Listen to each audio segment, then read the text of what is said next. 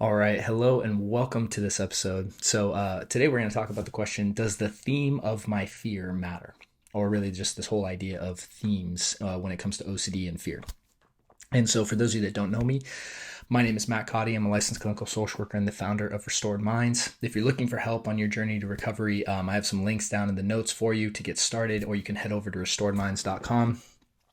Pretty soon, by the time you're listening to this, we're probably going to have our assessment available online. So make sure to check that out as well. And also, if you benefit from the show, please help us show our show out by liking and subscribing, as well as leaving a nice review on Spotify or iTunes. So let's go ahead and dive in. So when we're talking about themes, what we're really talking about is the content of the fear, or what your fear has really latched onto. So this could be anything from like germs. It could be intrusive thoughts about certain content. It could be, a certain phobia like trees. It could be, which is a real thing for those of you wondering. It could be, a fear of what if I have a panic attack, right? It could, what if I lose control, right? Whatever the theme is just that. So what a lot of people have done is they've created all these sub themes and subtypes, right? And I'm really not that big of a believer in this idea, if I'm going to be really honest and transparent. And I know this might be controversial, and I tend to toe that fine line sometimes, but it is what it is. I'm going to just be honest. So the idea of the themes is, the problem with the idea of themes is that the belief is that the theme is the cause of the fear. Okay, so someone who, this was not uncommon, especially when I had like an in-person practice in an office, where someone would tell me like, hey Matt, that doorknob causes me anxiety, right? Because of the potential germs on it. So the idea is if they touch the doorknob, they would get anxious. And so the perception is the doorknob is the cause of fear. So that's what my theme is. And my theme is about germs. And that's why this theme is harder than others.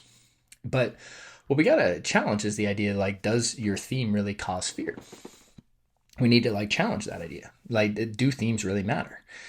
Because if the doorknob caused fear, and this is what I would always do with my clients that said that, or said anything for that matter, they would say, well, this causes me fear. And I would say, okay, well, I'm going to go touch it. And I would touch it and it didn't cause me fear. And I would say, well, if the doorknob really causes fear, it should apply to everyone.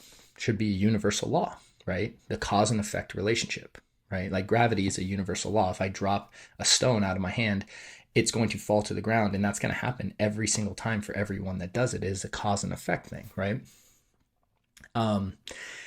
But then, we start to, ask the question like, well, what causes fear? And the idea of the theme causing fear is really an illusion, because if it caused fear, it would cause fear for everyone.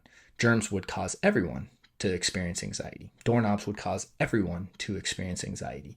And then so that's number one. So because that doesn't happen, the theme itself cannot cause fear. Because every theme that is out there, I can always find someone who doesn't share that fear.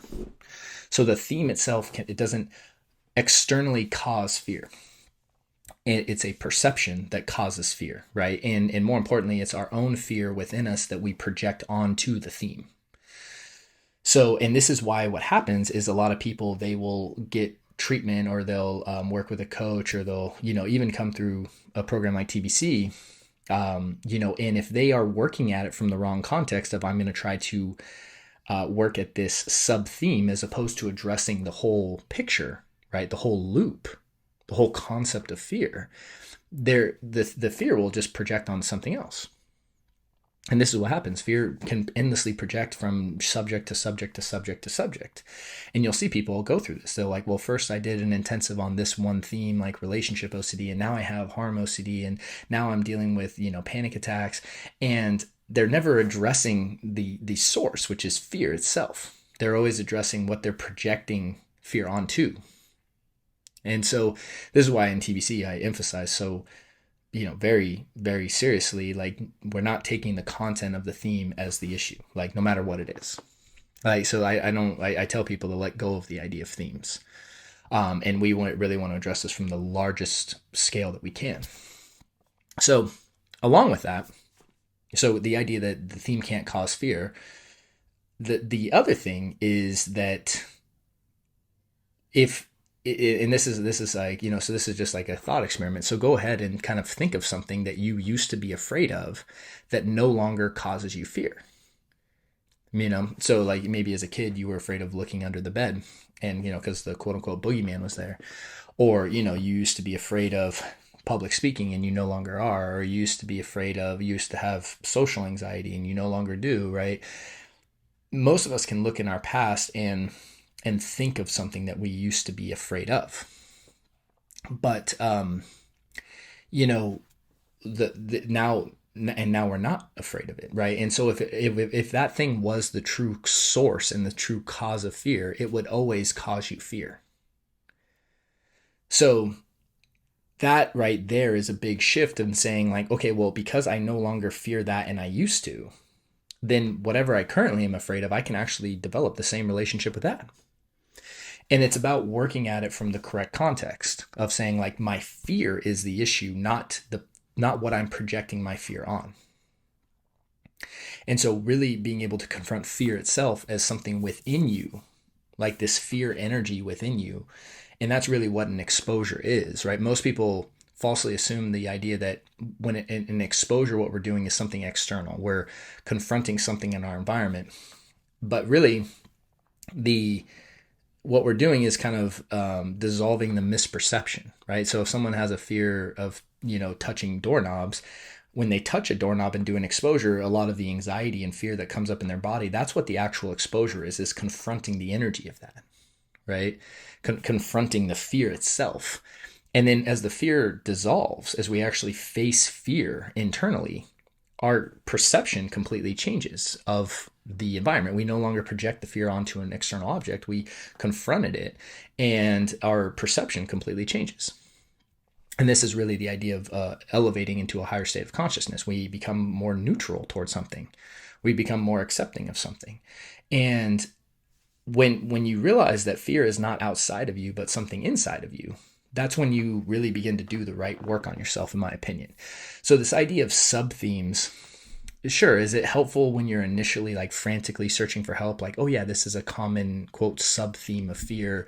This is a form of OCD or anxiety. Yeah, that does help people because they now understand what they're dealing with. But once we are there, we kind of need to let that go and say, we're going to work at this from the highest level possible, because what we don't want is just to work on one sub-theme and not address fear itself, because then fear oftentimes just projects onto something else. And then we have this whole new thing. Or a lot of people are afraid to go to groups because they're like, well, what if I catch that theme, right? And now, oh gosh, I'm not mad, I have this theme now. It's like, no, stop. That's not what's going on. It really is teaching people to work at this from a very high concept of like addressing fear itself and not the sub theme of fear or whatever the fear is currently projecting onto.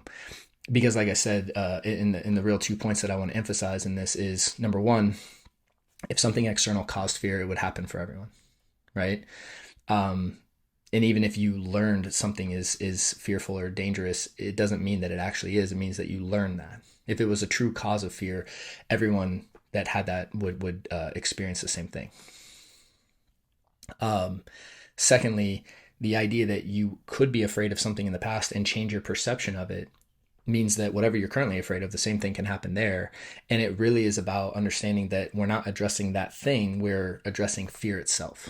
So hopefully this makes sense, and I hope that you found this helpful. And if you're looking for help and guidance on your path to recovery, again, please check out the links in the resources or head over to restoredminds.com. And with that said, I hope you have a great day, and I look forward to seeing you on the next episode. Hey there. So if you enjoyed that video, we've linked up a few more videos that we think you'd find helpful as well. And if you have found this helpful, we'd really appreciate your support by liking and subscribing.